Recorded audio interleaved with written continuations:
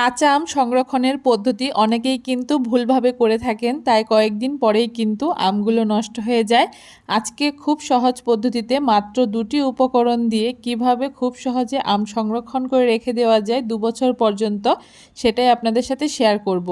কোনো রকম তেল বা ভিনিগার ছাড়াই আমি আমগুলোকে সংরক্ষণ করব।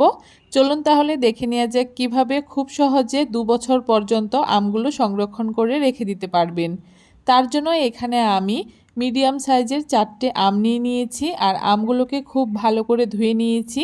আমের মধ্যে কিন্তু এখনও জল রয়েছে আর জলটা কিন্তু আমি এখনও পরিষ্কার করে মুছে নিইনি। আর এই আম সংরক্ষণের ক্ষেত্রে অবশ্যই আমগুলোকে কিন্তু খুব ভালো করে জলটাকে মুছে নিতে হবে। আমি এই কাজটা একটু পরে করব। প্রথমে আমগুলোকে ঠিক এইরকম করে দুপাশ থেকে কেটে নিচ্ছি।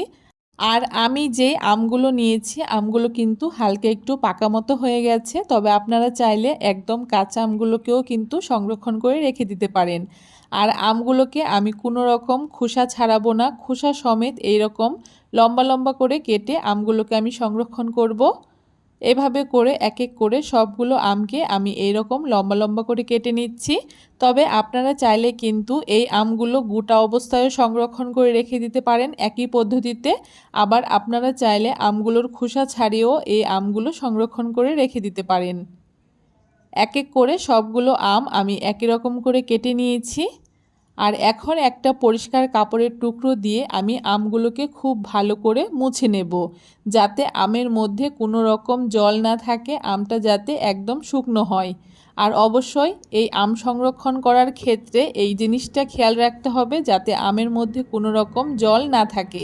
যদি আমের মধ্যে কোনো রকম জল থাকে তাহলে কিন্তু আমগুলো বেশি দিন সংরক্ষণ করে রেখে দিতে পারবেন না, কয়েকদিনের মধ্যে আমগুলো নষ্ট হয়ে যাবে।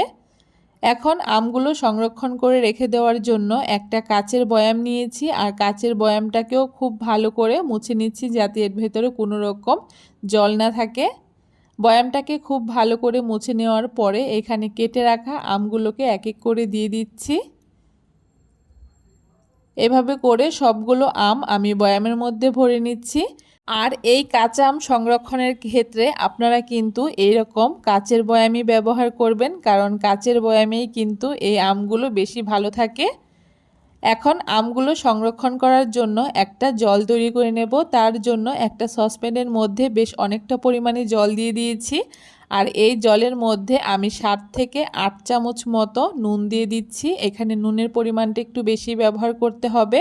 এখন খুব ভালো করে নুন আর জলটাকে একটুখানি মিশিয়ে নিচ্ছি আর খুব ভালো করে বলক তুলে নেব।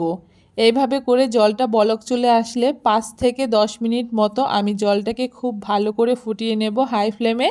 10 মিনিট জলটাকে খুব ভালো করে ফুটিয়ে নেওয়া হয়ে গেলে গ্যাসটাকে বন্ধ করে দেব। এখন জলটাকে একটা পাখার তলায় রেখে খুব ভালো করে একটুখানি ঠান্ডা করে নেব। যতক্ষণ না জলটা একদম নর্মাল টেম্পারেচারে চলে আসছে ততক্ষণ কিন্তু এই জলটাকে ঠান্ডা করে নিতে হবে।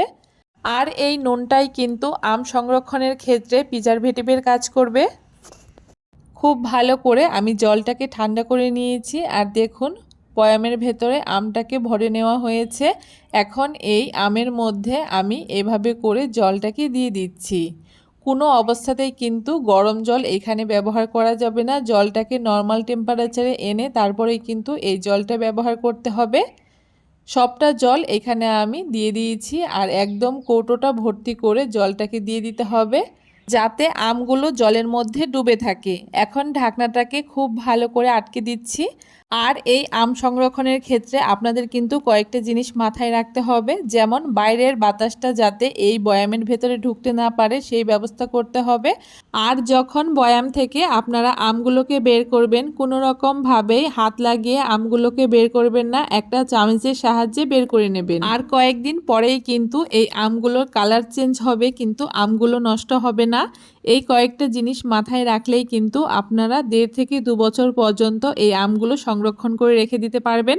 কেমন লাগলো ভিনিগার ছাড়া এই আম সংরক্ষণের পদ্ধতি অবশ্যই কমেন্ট করে জানাতে ভুলবেন না। ভিডিওটা ভালো লাগলে সবার সাথে শেয়ার করে দেবেন।